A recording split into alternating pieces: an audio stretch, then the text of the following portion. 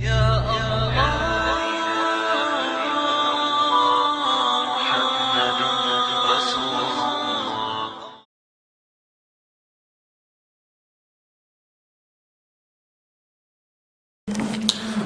si on l'a vu dans le rêve et on n'a pas pu réagir pour le tuer, la prochaine fois qu'on va dormir, on va remettre devant soi l'image, la dernière image qu'on a vue, et on va essayer de le retuer à partir de là, comme de continuer le film là où on l'a laissé. Bon, je vous ai dit quand le djinn vient dans le rêve, il faut l'attraper, le tuer. Maintenant, il y a un point faible chez l'homme qui fait que le djinn peut le battre dans le rêve, c'est les péchés. Donc si on fait des péchés, ça peut faire que le djinn va te battre dans le rêve. Et le djinn va venir dans le rêve par ton point faible. Bon, par exemple, si quelqu'un regarde les femmes, bon, ça, il n'y a pas que ça, il y a plein d'exemples, mais par exemple, si quelqu'un regarde les femmes, le djinn va venir dans ce rêve sous forme d'une femme, comme il aime regarder, et comme il a l'habitude et puis il a envie de regarder, il va regarder, à ce moment-là, le djinn va le frapper. Et quand le djinn va le frapper, il va se réveiller affaibli physiquement et spirituellement. Physiquement, comme s'il est malade, spirituellement, comme s'il a fait ce qu'il ne fallait pas faire avec une femme. À ce moment-là, tu as connu ton point faible, tu as connu ton erreur, ton défaut, par lequel le shaitan t'a eu, par lequel le djinn t'a eu. Donc tu vas te corriger, tu vas te repentir et tu vas faire bien attention à plus jamais recommencer cette erreur.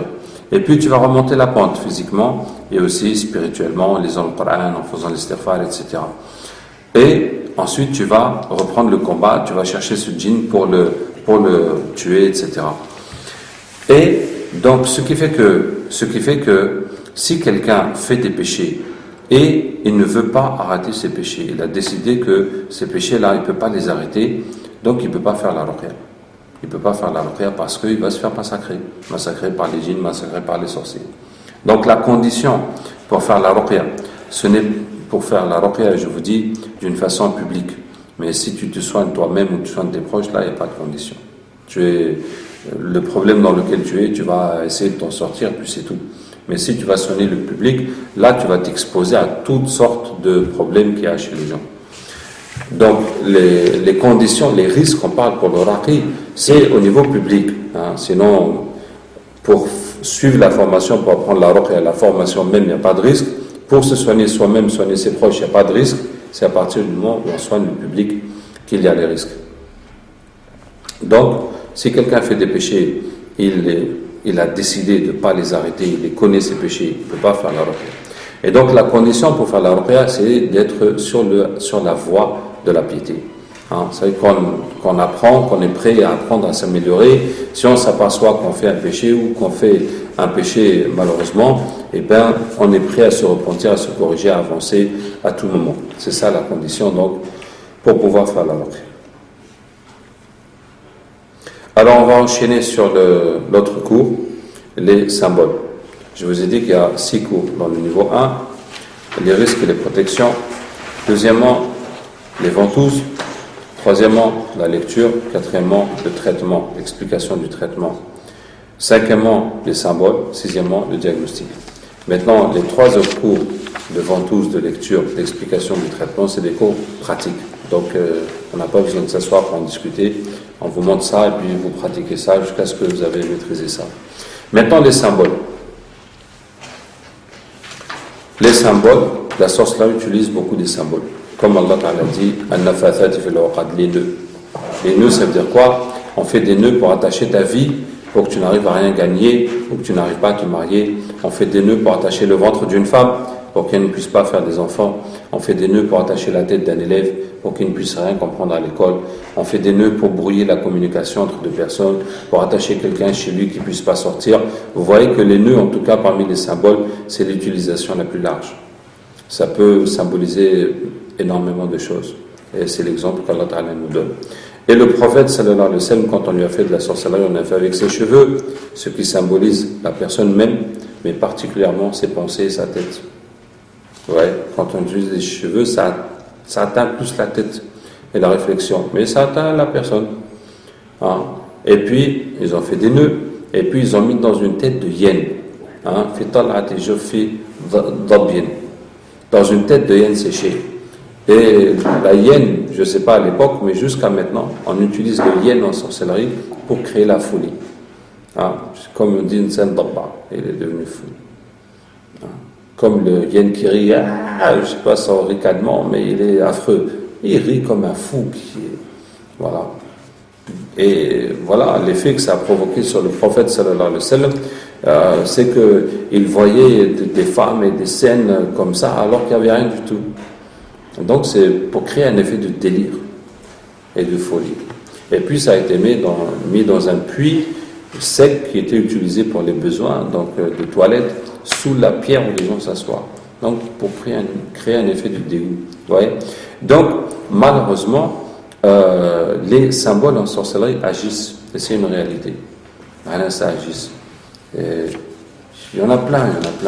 Un des symboles les plus connus, c'est la tombe, la mort. Et il y a une multitude de façons de le faire. Soit on va dans un cimetière, on enterre la sorcellerie n'importe où dans le cimetière. Ou soit il trouve une tombe qui est creusée à l'avance, et puis il l'enterre dedans. Après un jour ou deux, on va enterrer quelqu'un dessus. Ou bien il prend la terre du cimetière, il va faire avec la sorcellerie. Ou bien il paye la personne qui fait le kfen pour récupérer le lavage du mort, ou bien le savon du mort, ou bien de couper un petit morceau dans le kfen du mort. Ou bien ils vont mettre la sorcellerie dans le kfen, ou bien ils vont la mettre dans la bouche du mort et après lui coudre la bouche, etc. Et des fois ils vont sortir le cadavre de la tombe et puis ils vont se partager son corps. Chacun va faire la sorcellerie avec un morceau de son corps. Donc il y a une multitude de façons de faire qui tournent autour de la mort, vous voyez. Et maintenant, vraiment, pour un sorcier, il va récupérer par exemple la terre du cimetière, et puis il récupère des os de chien et des bois. Donc il a un pot de terre de cimetière, un pot de poudre d'os de chien, un pot de grenouille, un peu de je sais pas quoi. Donc pour faire une sorcellerie, il met un petit peu de chaque chose, un petit menu comme ça. Alors ça va bien malin qui pourra résoudre ça. Vous voyez. Donc les symboles en sorcellerie, comment ça se résout? Alors ce problème, cette question pose un problème oracle. Pourquoi? Parce que le prophète sallallahu alayhi wa sallam, quand on lui a fait justement cette sorcellerie symbolique, il a fait le dua, et Aïcha radhiyallahu anha raconte, dit walakinnahu da'a wa da'a, il a fait le dua, thumma da'a wa da'a, encore il a fait le dua wa da'a, thumma da'a wa da'a, thumma qala ya Aïcha hal sha'urti anna Allah qad nabba'ani, yani que je dis à Aïcha, Allah m'a dit mon problème. Et les anges sont venus lui dire qu'est-ce qui s'était passé, qui lui a fait, où est-ce que c'était, etc. Et il est parti avec les sahaba et ils ont sorti la sorcellerie. Et il a pris les nœuds, c'était 11 nœuds. Il a lu Surat al-Falaq al-Nas et puis c'était 11 versets. Et à chaque fois qu'il lisait un verset, il y a un nœud qui s'ouvrait puis il allait mieux jusqu'à ce qu'il s'est totalement rétabli. Maintenant, le problème, c'est que nous, on n'a pas les anges pour nous dire c'est où. Et deuxièmement, la plupart du temps, même si on savait c'est où, on ne peut pas le sortir comme ça, pas facilement et peut-être pas du tout. Donc c'est ça le problème. Et ça, chaque raqi s'est débrouillé pour essayer de régler cette sorcellerie. Donc je vais vous citer deux exemples. Il y a Sarm al-Battar, donc Wahid Abd Salam Bel, qui dit il faut lire sur le patient jusqu'à ce que le djinn parle. Et quand le djinn parle, tu vas le prêcher à l'islam. Bon, s'il n'accepte pas l'islam, tant pis, tu vas lui dire la sorcellerie elle est où? Et s'il te dit elle est où, eh bien tu vas aller pour la sortir. Et si tu ne la trouves pas, alors tu vas ramener le patient et tu vas ramener le djinn et tu vas lui dire que cette fois-ci il faut absolument qu'il te dise la vérité. Et après tu vas aller trouver ta sorcellerie. Alors vous voyez que cette méthode, elle est très difficile, presque impossible. Parce que la plupart des personnes, le djinn ne va pas parler chez lui. Quoi que tu fasses. Deuxièmement, même si le djinn parle, il se peut que quoi que tu fasses, il ne va pas te dire elle est où la sorcellerie. Même s'il te dit elle est où, c'est très difficile d'indiquer elle est où. Mais si elle est dans la montagne, comment tu veux qu'il te dise jusqu'à ce que tu vas aller la trouver? Tu vois? Ou si ça a été jeté dans une rivière. Et même, souvent cet endroit, il y a plein de sourds dedans. Comme il y a des imams que j'ai formés à Marrakech et qui m'ont dit que la mairie a déménagé un cimetière parce qu'il y avait une route qui devait passer. Et chaque fois qu'ils creusent une tombe, ils trouvent plein de sourds dedans, plein de ktab dedans. Et comme les employés ne veulent pas toucher à ça, ils appellent les imams de prendre ça, de se débrouiller. Donc même si tu sais c'est quel temps, tu vas trouver 20 scores dedans. Donc c'est lequel? Ouais. Hein?